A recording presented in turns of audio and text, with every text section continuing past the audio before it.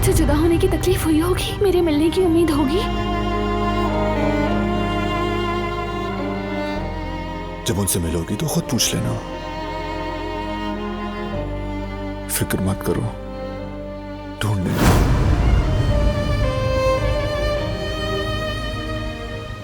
या अल्लाह, मुझे इन सच्चाइयों को बर्दाश्त करने की ताकत अता फरमा। अब पता चला मैं तो बिल्कुल तन्हा थी।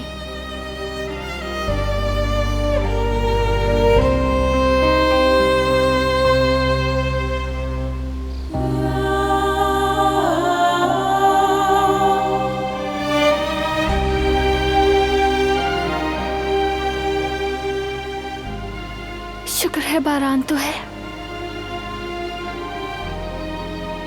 जैसे सहरा में खिलने वाला कोई फूल हो जिसने मेरी जिंदगी बदल दी,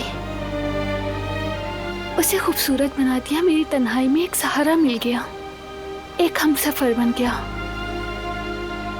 या अल्लाह, तेरा बहुत शुक्र है कि तूने हमारे दिलों को एक दूसरे से जोड़ दिया है।